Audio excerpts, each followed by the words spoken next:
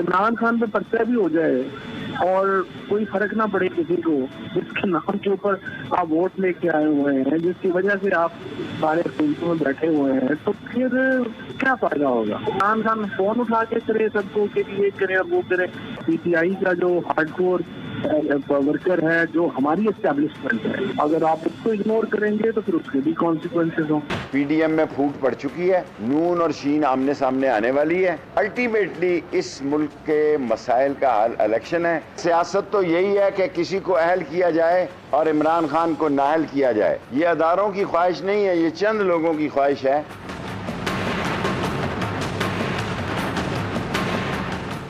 अस्सलाम वालेकुम नाजरीन, आप देख रहे हैं न्यूज़ वाइज और मैं इफ्तिखार शिराजी। नाजरीन, आज के प्रोग्राम में भी अगरचे हम मुल्क की सियासी सूरत हाल का जिक्र करेंगे और इसी पे डिस्कस डिबेट करेंगे, लेकिन साथ में एक और सवाल पे भी गौर करेंगे कि इस वक्त मुल्क को कमोबेश 30% इलाका सैलाब की जद में है और वहाँ पे हज़ारों लोग बेघर हो चुके हैं, सैकड़ों अफराद अपनी जानें गंवा चुके हैं और कहा यह जा रहा है कि सिर्फ बलूचिस्तान के अंदर 21 डैम्स टूट चुके हैं और 43% ऑफ द पाकिस्तान, ये इतना बड़ा इलाका है, इसका पूरे मुल्क से राब्ता मुनक़ता हो चुका है।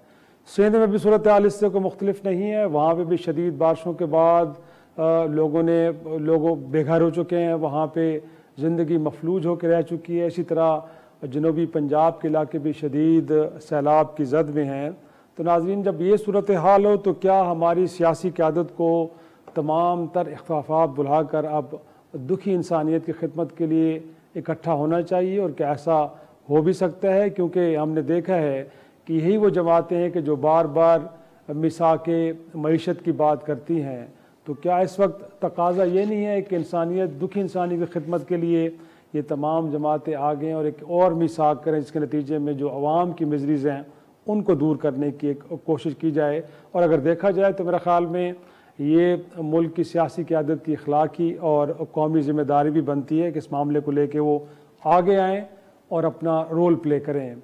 लेकिन दूसरी जानब हम देखते हैं नाज़रीन कि इस वक्त वही मुकदमात, बयानात, नोटिस, मामलात उसी तरह आगे बढ़ रहे हैं और हुकूमत वक्त की कोशिश तो यही है कि इस वक्त पॉलिटिकल फ्रंट पे और कानूनी महाज पे इमरान खान साहब की जितनी मुश्किलात खड़ी की जा सकती हैं की जाएँ, और इसके नतीजे में अगर उनकी गिरफ़्तारी हो जाए तो लगता है हुकूमत वक्त को कि सबसे बेहतरीन होगा। और दूसरी जानब हम देखते हैं कि तहरीक इंसाफ भी अपने अग्रेसिव मोड में है, उससे बाहर नहीं आ रही। आज भी हरीपुर में इमरान खान साहब ने जलसा किया है और वहाँ पे भी उन्होंने लोगों को यही कहा है कि वो इस्लामाबाद की तरफ मार्च करने के लिए उनके कॉल की मुंतज़िर रहें। वो जल्द बताने वाले हैं कि कब इस्लामाबाद की तरफ हमने मार्च करना है। और फवाद चौधरी साहब, साबिक वज़ीर इत्तलात, वो तो 2 कदम आगे बढ़े हैं और उन्होंने कहा है कि बड़ा अजीब है कि तहरीक इंसाफ के रहनुमाओं के ख़िलाफ़, इमरान खान साहब के ख़िलाफ़ मुकदमात तो हो रहे हैं, लेकिन खैबर पख्तूनख्वा के अंदर पीटीआई की हुकूमत और पंजाब के अंदर जो इत्तेहादी हुकूमत है वो हाथ पे हाथ धरे बैठी है। गोया कि वो क्यों नहीं करते कि नून लीग और इत्तेहादियों के ख़िलाफ़ मुकदमात बनने चाहिए? क्या वो इमरान खान साहब की फ़ोन कॉल्स के मुंतज़िर हैं? जब वो कॉल करेंगे तो ऐसा होगा। तो गोया वो भी इंदिया ये दे रहे हैं कि एक तरह से जवाबी तौर पर इसी तरह के मुकदमात हों और माहौल और ज़्यादा गर्म हो। नाज़रीन, इस सूरत हाल को हम अब डिस्कस डिबेट करेंगे और मोर इम्पॉर्टेंटली आज हमारे कुछ रहनुमाओं ने, जिनमें मरियम साहबा, चीफ मिनिस्टर सिंध, जो मुखय्यर हजरात से अपील कर रहे हैं को आगे बढ़ें और सैलाब ज़दगान की मदद करें। क्या हमारे हुक्मरान अपनी जेब ख़ास से भी कुछ लोगों को देंगे और इस हवाले से भी कोई ऐलानात हमें सुनने को मिलेंगे? एक छोटी सी ब्रेक, उसके बाद मेहमानों का तारफ़ कराएंगे और बाकायदा बहस का आगाज़ करेंगे।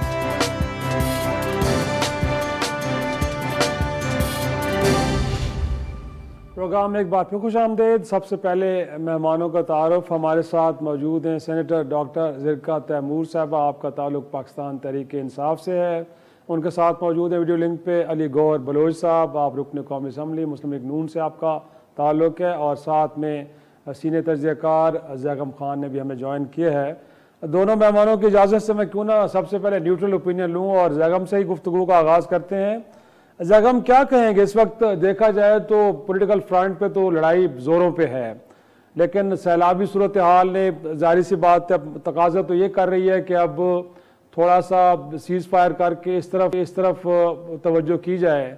आपको लग रहा है कि हमारी सियासी क़यादत कुछ विजडम का इजहार करेगी और कुछ देर तक सियासी मामलात को ज़रा पसे-पुश डाल के तो इन सैलाब में घिरे लोगों की मदद के लिए कोई इकट्ठे बैठ के मिल के एक जॉइंट एफर्ट की जाएगी? क्या लगता है आपको? ये तो अलग अलग भी करने को तैयार नहीं है। वो कहते हैं ना कि रोम जल रहा था और नीरो बांसुरी बजा रहा था, पाकिस्तान डूब रहा है और ये जंगी जो बैंड है उसको बजाने में मसरूफ है। आपको लोग नजर ही नहीं आ रहे, बात करते हुए नजर नहीं आ रहे। आप जरा देखिए, शेमलेसनेस की एक इंतहा है। उस्मान बुजदार का अपना घर डूब गया, उसका तौसा डूब गया, आपने कोई खबर देखी? क्या वो मर गया या जिंदा है, सैलाब के अंदर है या बाहर है? आई एम श्योर अमीर लोग तो कभी नहीं मरते ना। अरे बोलने वाला नहीं है, अपने घर के अपने शहर के लिए बोलने वाला नहीं है, कोई आवाज। और सिर्फ एक पार्टी की बात नहीं है, मुस्लिम लीग नवाज को आप देख लीजिए, अभी पीपल्स पार्टी की आज आपको थोड़ी सी मोबिलाइजेशन नजर। जरा आप स्केल देखिए शिराजी साहब कि जनूबी पंजाब में जिसको हम बलोच बेल्ट कह सकते हैं लार्जली, जाहिर सारे बलोच नहीं, यानी दरियाए सिंध और को सुलेमान के दरमियान का जो इलाका है 350 किलोमीटर है ये शुरू होता है डेरा इस्माइल खान से, रुझान तक जाता है। 1 करोड़ यहाँ लोग बसते हैं और ये तकरीबन सब का सब डूब चुका है। सिंध का बड़ा हिस्सा डूब चुका है, केपी में बड़े हिस्से तक तबाही आ चुकी है। इमरान खान क्या काल दे रहे हैं कि इस्लामाबाद पे यलगार क्या करनी। इमरान खान क्या कह रहे हैं जी, आप फौरन भर्ती हो टाइगर्स बनने के लिए। अरे पिछले टाइगर्स किधर यार, मर गए, उनको तो आप सैलाब में भेजें ना। अगर सैलाब में नहीं जाते तो उनको चिड़ियाघर भेजें। और दूसरों के टाइगर कहाँ हैं? मुस्लिम लीग नवाज के वॉलंटियर्स क्या है, पीपल्स पार्टी के वॉलंटियर कहाँ हैं? सिर्फ जमाते इस्लामी के लोग आपको नजर आते हैं। फिर शिराजी साहब आप देखिए, इंस्टीट्यूशनल रेस्पॉन्स आपको नजर नहीं आ रहा। ये तो एक पॉलिटिकल है ना। देखिए पॉलिटिकल तो एक बड़ा इमोशनल होता है, क्योंकि लोगों को बॉन्डिंग की जरूरत होती है। 70 के सैलाब में यही हुआ था ना जी, कि हम वो बॉन्डिंग नहीं दे पाए थे। आप इंस्टीट्यूशनल रेस्पॉन्स को देखिए कि जो आपका 1951 का कैलेमिटी एक्ट है उसको अमेंड करके आपने जिम्मेदारियां लगाई हैं कि प्राइम मिनिस्टर जो हैं वो एनडीएमए को फंड रिलीज करेंगे, फिर जो पीडीएमएज हैं वो क्राइसिस रेस्पॉन्स करेंगी, हुकूमत जो है वो फौज को मोबिलाइज करेगी। आप बताइए कोई एक चीज भी आपको इसमें होती नजर आई है अभी तक? कोई आपने इंटरनेशनल कॉल दी है कि खुद नहीं कर सकते? अगर आप अपने पैसे देने को तैयार देने को तैयार नहीं है तो क्या आपने बैनुल अक़वामी कम्युनिटी को मदद के लिए बुलाया है? नहीं बुलाया है। आई थिंक ये बहुत ही एक अफसोसनाक सिनेरियो है। अगर मिलके नहीं बैठ सकते तो अपने अपने तौर पर तो कर लेना सर। ना ये इंडिविजुअली करने को तैयार है, पावर स्ट्रगल से निकल के पूरा फोकस इस वक्त पावर स्ट्रगल पे है, ना ये इकट्ठे बैठने को तैयार है।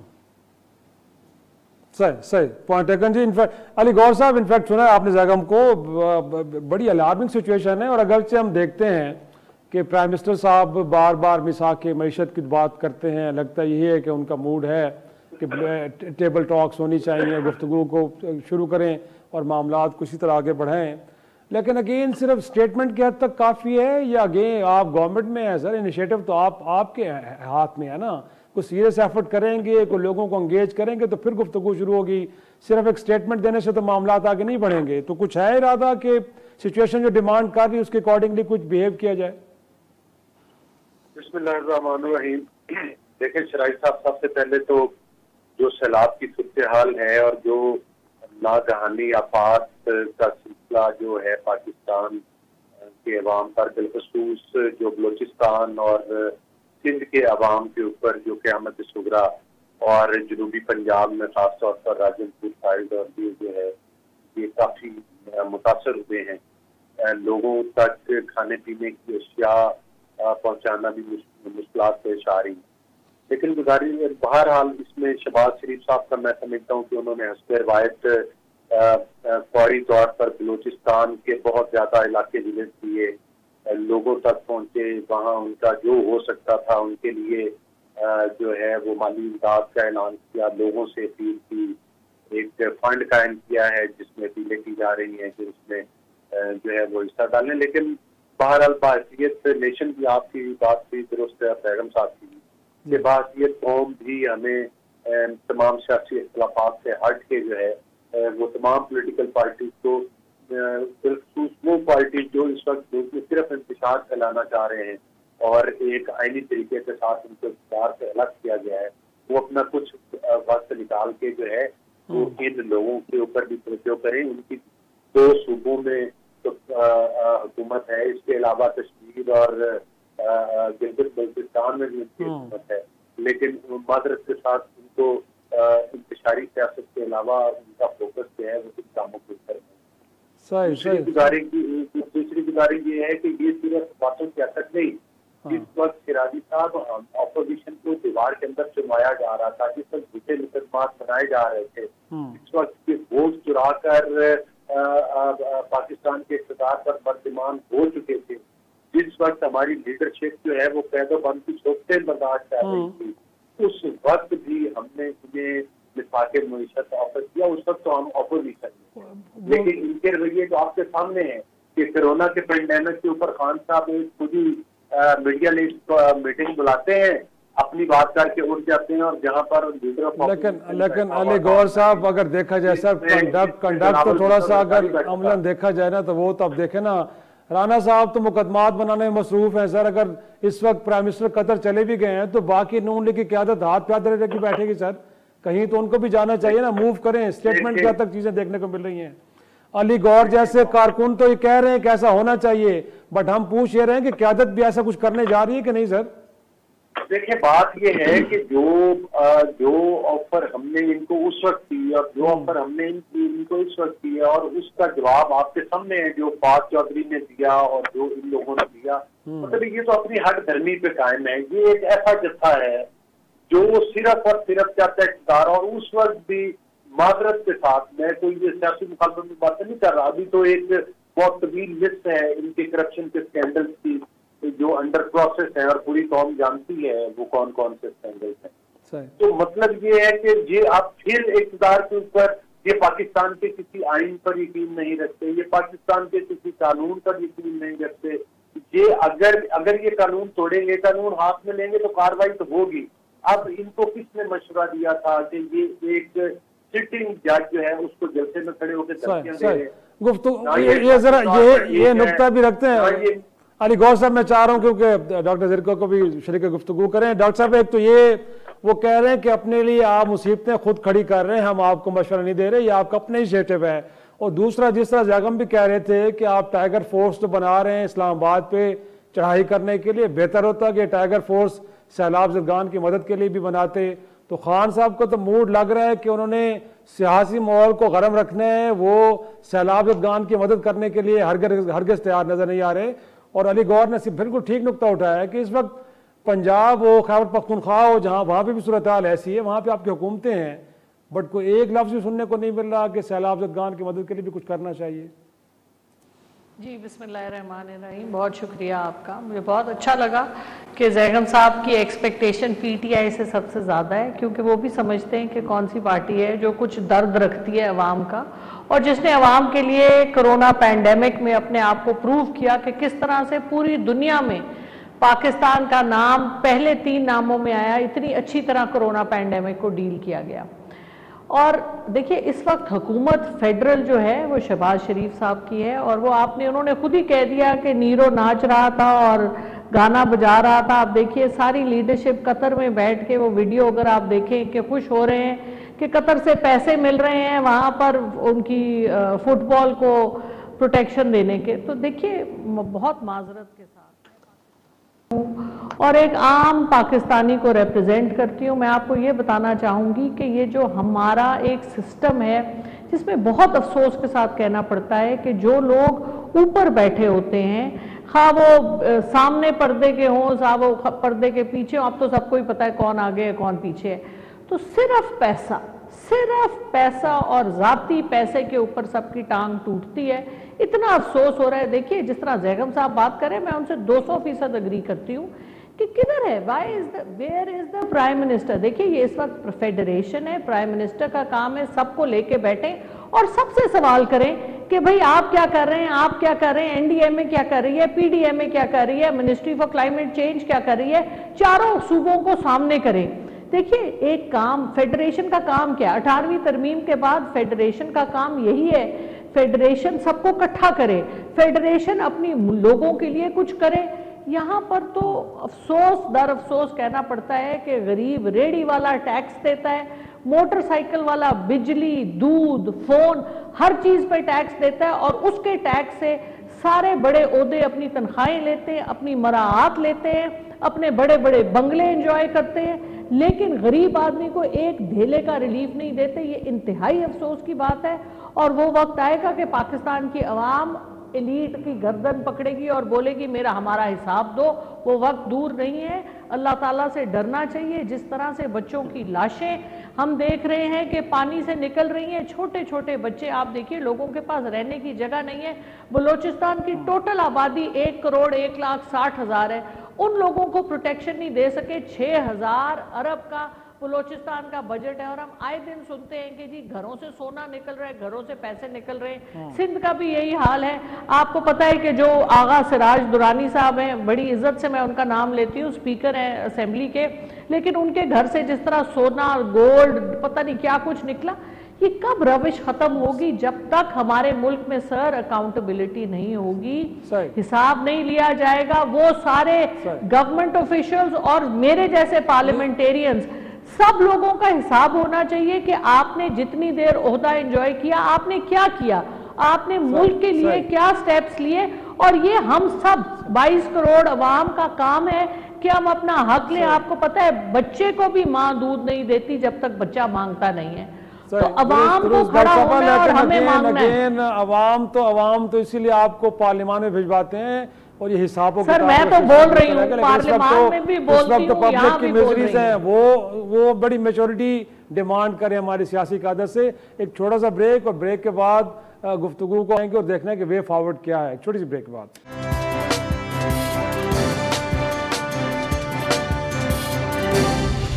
प्रोग्राम में एक बार फिर खुश आमदेद। ज़ागा हम आपसे गुफ्तगू को आगे बढ़ाएंगे। क्या वे फॉरवर्ड क्या है और जैसे हम बात करें कि इनिशिएटिव, आपके ख्याल में अब इनिशिएटिव किसके हाथ में है? गोया कि शहबाज शरीफ साहब इस मामले पे कुछ इनिशिएटिव लें या आपको लगता है कि नहीं खान साहब को भी इक्वली हम रिस्पॉन्सिबल करार देते हैं कि वो भी उनको भी कुछ तरह की गुफ्तगू करनी चाहिए कि जिससे कोई सियासी फ़ाहम व तफ़हीम और फिर अवामी मसाइल की तरफ तवज्जो हो?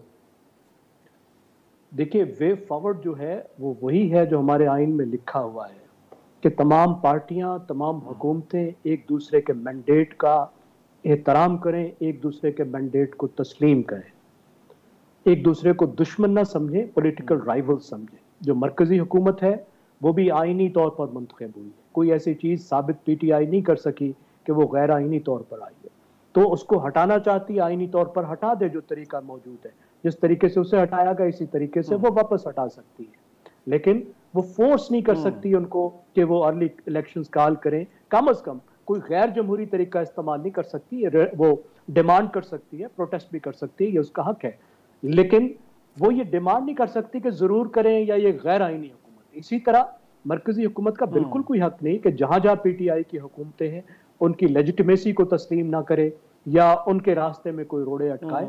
और कानून का गलत इस्तेमाल, एक दूसरे के वर्कर्स के खिलाफ दबाव डालना, ये तो बिल्कुल ही अनएक्सेप्टेबल है। देखिए, दो लेवल के मसले हैं शिराजी साहब। मसला ये है कि 75 साल से पाकिस्तान में रूल्स ऑफ द गेम नहीं बने, और रूल्स ऑफ द गेम होते हैं दो तरीके के, एक लिखे हुए, एक बिन लिखे। लिखे हुए होता है आइन और कानून, क्या आप माने जो लिखा हुआ है, जैसे कि हमने वोट ऑफ नो कॉन्फिडेंस में देखा कि लिखा हुआ भी नहीं माना। दूसरा होता है अनरिटन रूल्स, कि आपने किस तरह बिहेव करेंगे, आपके नॉर्म्स क्या होंगे, आप किस तरीके से, वो भी सारी दुनिया में जमहूरियतों में होते हैं। इन दोनों पर अग्रीमेंट होना चाहिए, एक नए तरीके का चार्टर ऑफ डेमोक्रेसी होना चाहिए, और सबसे बड़ा फोकस जो है वो पाकिस्तान के असल मसलों पर होना चाहिए, मईशत पे होना चाहिए, डिजास्टर पे होना चाहिए, नेचुरल रिसोर्सेज पे होना चाहिए, हमारी आबादी का जो इस वक्त मुसीबत है और तूफान है उस पर होना चाहिए। सही दुरुस्त। लेकिन अली गौहर साहब, अगर हम देखें तो इनफैक्ट 2014 में तो 126 दिन का धरना, बड़ी एक्सट्रीम पोजीशन खान साहब ने ली हुई थी, लेकिन फिर APS का सान्या हुआ तो उसके बाद मियां नवाज शरीफ साहब ने एक ऑल पार्टीज कॉन्फ्रेंस बुलाई और खान साहब भी उसमें आए। तो आपको लगता है कि सिचुएशन अब भी कुछ तरह की डिमांड कर रही है कि कोई बड़ा सीरियस एफर्ट की जाए, और अगर खान साहब को उस अंदाज में बुलाया जाए तो मुमकिन है वो आ जाए डायलॉग टेबल पे? बट लगता है आपको कि शहबाज शरीफ साहब किस तरह को इनिशिएटिव लेने जा रहे हैं और उनका कोई इरादा है ऐसा? देखिए, बात यह है कि खान साहब के मसले मसाइल जो है वो सियासी नहीं है। खान साहब के जो मसाइल हैं वो पाकिस्तान के किसी कानून को मानने के लिए तैयार नहीं है। खान साहब गवर्नमेंट की रेट मानने के लिए तैयार नहीं है। खान साहब पाकिस्तान के आइन को तस्लीम करने के लिए तैयार नहीं है। खान साहब ये चाहते हैं कि अदालतें वो फैसले करें जो वो चाहते हैं।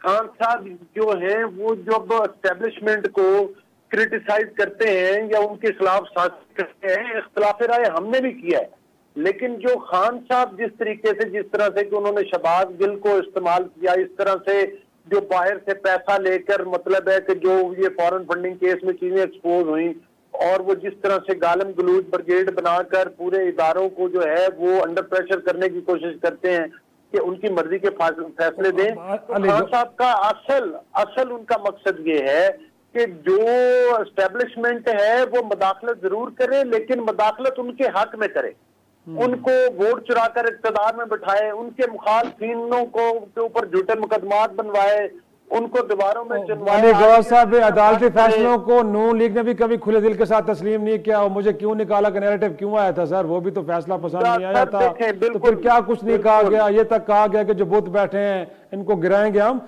इसे छोड़ें, इस वक्त जो मैं सवाल कर रहा हूँ ये सर कि सिचुएशन डिमांड कर रही है कि सीरियसली एंगेज किया जाए अपोजिशन को। सर कोई डेलीगेशन भिजवाना चाहेंगे? कोई इरादा है? खान साहब के पास नहीं तो पीटीआई के अंदर और लोग मौजूद, उनको एंगेज करने का कोई इरादा है सर? देखें, बात ये है कि हमने तो हमेशा खुले दिल से ऑफर की है, लेकिन असल मसला ये है स्टेटमेंट खान साहब जब खान साहब बरसरे इक़्तिदार भी थे उस वक्त भी ये इलेक्शन कमीशन का चेयरमैन किसने लगाया था? खान साहब ने लगाया था। फिर इन्हीं के जो वुज़रा थे उस वक्त के, उन्होंने लाइनों में खड़े होकर उनको गालियां दी। मतलब है कि वो इलेक्शन कमीशन इनके हक में फैसला कर दे तो मंजूर, अगर इनके खिलाफ करे तो इनको ना मंजूर। फिर उसके बाद खान साहब के जो आप बाकी इदारों के बारे में रवैये हैं, जिस तरह से उन्होंने शहबाज गिल वाला वो वाकया देख ले, जिस तरह से बाकी इदारों के बारे में, जिस तरह से स्टेज पर खड़े होकर धमकियां लगाते हैं, मेरा ख्याल है खान साहब जो हैं वो इंतहा पसंदी की तरफ जा रहे हैं और इसके लिए उनके साथ मुज़ाकरात करने की भी जरूरत है और स्टेट को और रियासत को भी चाहिए कि वो अपनी रेट को मनवाए, ऐसे एलिमेंट्स को लगाम दे जो पाकिस्तान में तकरीब कारी चाहते हैं, जिन्होंने पाकिस्तान की मईशत को तबाह किया, अब वो पाकिस्तान की सियासत को तबाह करने के लिए। डॉक्टर साहब, दहशतगर्दी का मुकदमा पहले भी दायर हो चुका है, अब तो कह रहे हैं कि एक छोटी सी नाज़रीन ब्रेक के लिए मुझे कहा जा रहा है, ब्रेक लेते हैं। ब्रेक के बाद ये नुकता डॉक्टर ज़रका के पास लेके आएंगे और उनसे जवाब लेंगे। छोटी सी ब्रेक के बाद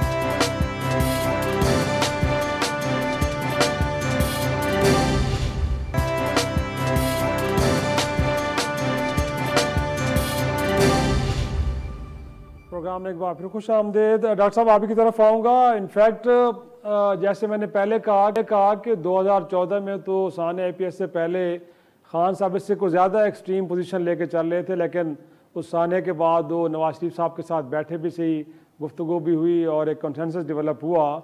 अब अगर गवर्नमेंट के एंड पे कुछ सीरियस एफर्ट होती है तो मैं आपसे जानना चाह रहा हूँ कि रिस्पॉन्स क्या होगा PTI का? आएंगे डायलॉग टेबल पे, गुफ्तगू का आगाज़ हो सकता है?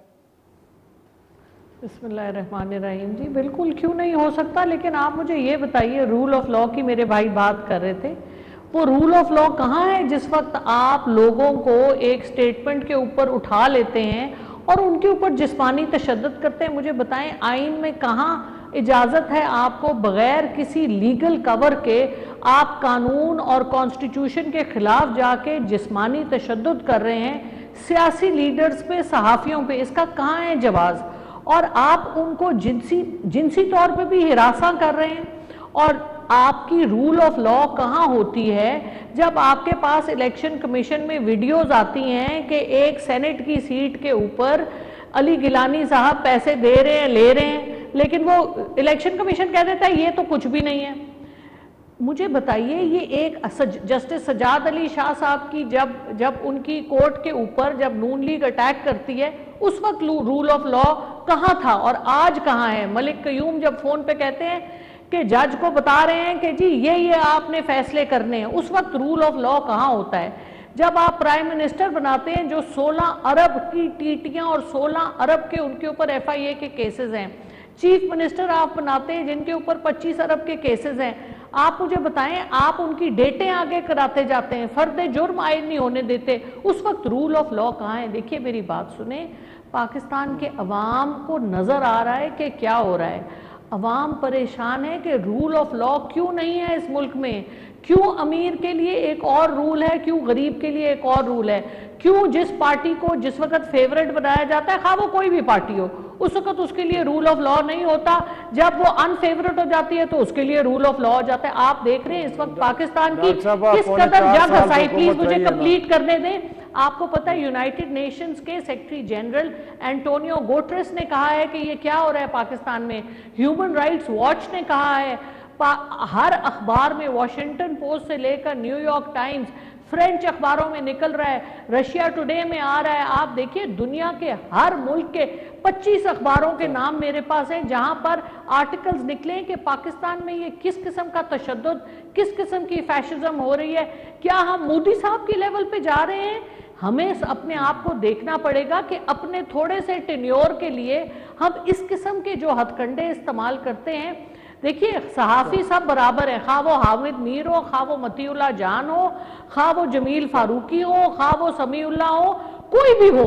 आप देखिए अरशद शरीफ हो, साबिर शाकिर हो, जिसके साथ ज्यादती होगी, अयाज अमीर हमारे इतने सीनियर सहाफ़ी हैं, इतने सीनियर इंटेलेक्चुअल हैं, उनको मारा गया। आप मुझे बताइए ये कहाँ है रूल ऑफ लॉ?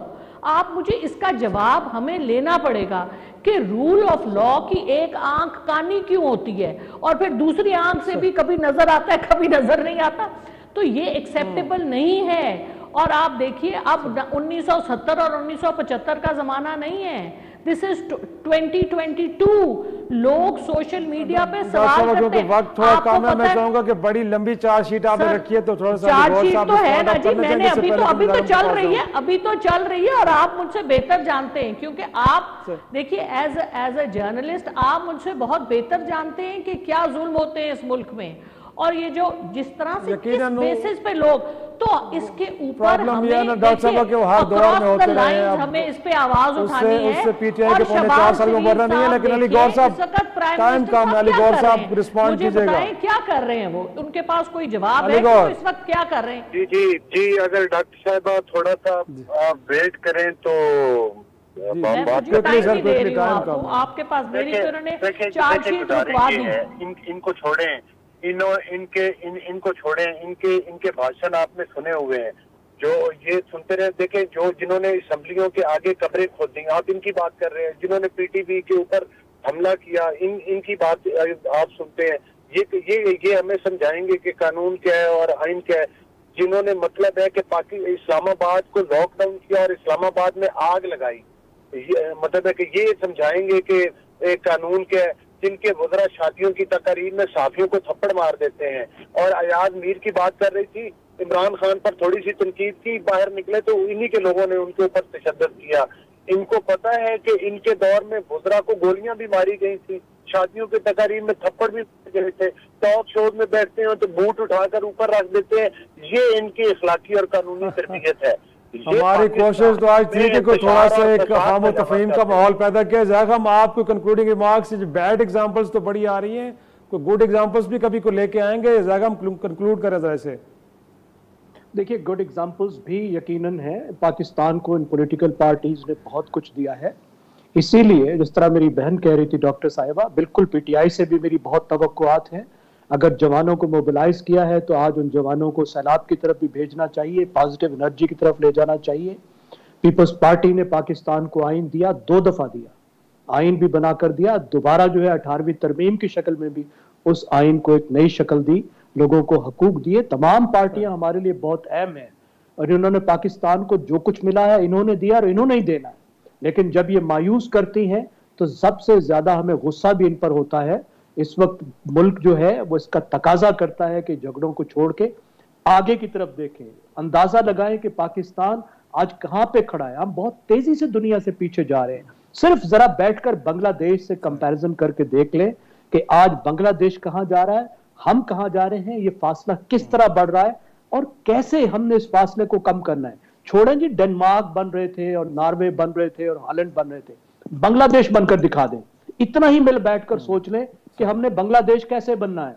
आज ये हालत आ गई है हमारी, तो ये मसला भी तो इन्होंने ही हल करना है ना जी, और किसने हल करना है। तो बिल्कुल पॉजिटिव भी है, लेकिन इस वक्त बहुत सी नेगेटिव चीजें हैं जिन पर हमें बहुत मायूसी है और बहुत गुस्सा है। यकीनन यकीनन इसी नोट पे नाजरीन के इसमें कोई शक नहीं है कि सही अपनी जगह, लेकिन साथ में आप अवामी मसाइल को जो है वो पहले तरजीह देनी पड़ेगी। इसी नोट पे आज का शो ख़त्म करते हैं। इजाज़त दीजिए, खुदा हाफिज़।